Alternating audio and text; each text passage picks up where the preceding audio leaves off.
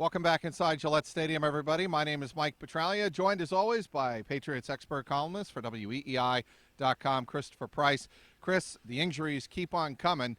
It wasn't the quarterback that went down on Sunday in Houston like the Cincinnati Bengals had with Andy Dalton, but darn near close to it as they lose one of their best run stoppers and versatile defensive linemen in Dominique Easley. He's placed on the injured reserve list. He is done for the year. And LeGarrette Blount, we have learned, is pretty much done for the year with a hip injury.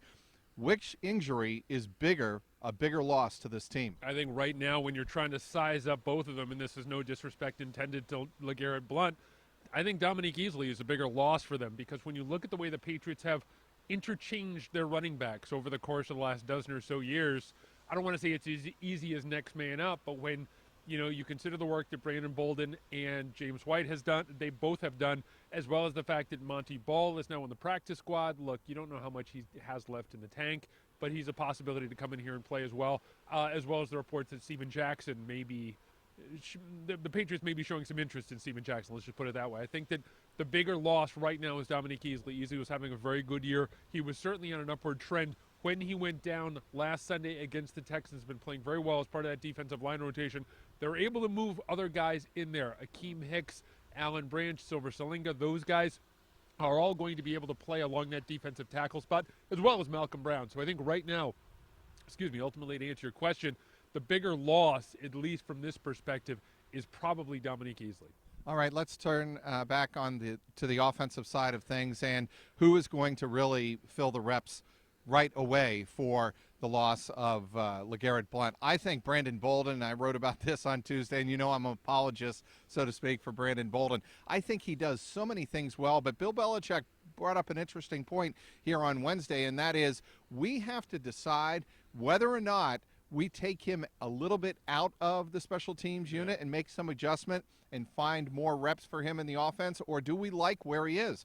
And Bill Belichick, for one of the few times this year, sounded genuinely undecided in that regard. Yeah, I do, and I think it's an important question, and it shows just how much impact they put, really how important it is. Special teams is to this roster. I think that Bolden over the last year plus has really distinguished himself as a tremendous special teams option for this franchise. I think at the same time, though, in this instance, you need to look at what he can bring to the table offensively. Whenever he's gotten a chance over an extended period of time, I think he's done very, very well at the job. Look, he's not a 1,000-yard guy. He's not the kind of guy who's going to bring a dynamic element to your offense like a Dion Lewis. He's not a bowling ball of a runner like LeGarrette Blount, but at the same time, again, when he's gotten his opportunity to perform in the running game over an extended stretch, I think he's done very well. I think he is your number one option right now.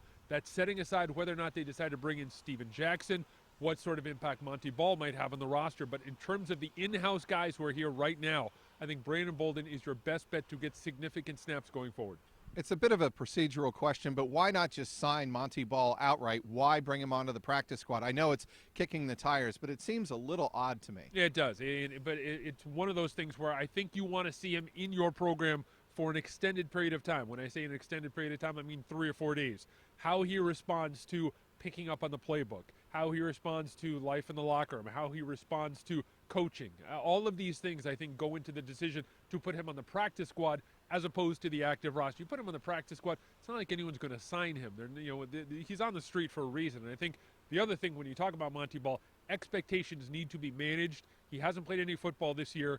He's fumbled, I believe it was either 4 or 5 times over the course of his year plus in Denver, one of the reasons he ended up losing the job. So I think ultimately there's a reason he's on the street. I think it's going to be fascinating to see what, if anything, he can bring to the table. But I think ultimately, to answer your question, that's the reason. You want to see what he can do over a 3, 4, 5 day period before you think about putting him on your active roster. Given what was at stake and on the line on Sunday, I thought Sunday was one of their best all-around games of the year. 27-6, really shutting down a Houston Texans team that had a lot to play for. Indianapolis Colts lose and get pounded earlier in the day by Jacksonville, and first place was there for the taking. Home game on Sunday night. Patriots go in there 27-6, and really the Texans never had a sniff of the end zone. All of that is the lead up to this following question. There is no way they have a letdown this week against the Tennessee Titans.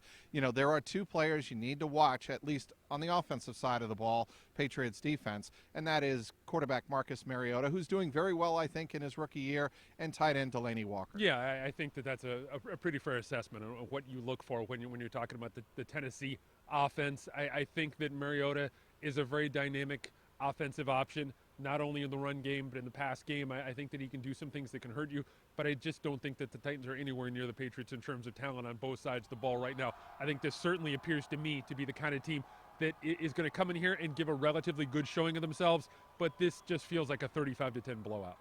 Crowd behind us apparently agrees with that summation, Christopher. On the defensive side of the ball, we would be remiss if we didn't mention Dick LeBeau. Bill Belichick gave him glowing praise. He's, 74, 75 years of age, still in the NFL. He's contributed so much, obviously, the zone blitz that he came up with years ago. I just think when Belichick speaks glowingly of a guy like that, he's setting him up. Yeah, well, I also think, too, that's legit. Those feelings are deep. I think the fact that he's been in the game as long as he's been in, I think that Belichick recognizes that and has a real appreciation for it. At the same time, we've seen Belichick go up against Dick LeBeau's old defenses in Pittsburgh on a number of occasions and really hand him his lunch. And so I do think that there is something to that. But I do think that there is a level of respect there for that Bill has for a guy like Dick LeBeau who has been in the game for such an extended period of time. All right, what happens this weekend? I like I said before, I think New England ends up winning this thing relatively easily. I think that Tennessee is certainly headed in the right direction, particularly on offense, like you mentioned, with Mariota and Delaney Walker in some of the other elements they have. But I just don't think it's too daunting a challenge for them to go on the road facing the defending Super Bowl champions, a team that's going to have Rob Gronkowski back, a team that could have Julian Edelman back. Yes. He was at practice today, Wednesday, here at Gillette Stadium. It's just an awful lot to ask of a team like Tennessee to come into this environment and post a win. I think New England ends up winning this thing. I'm going to say 35-10.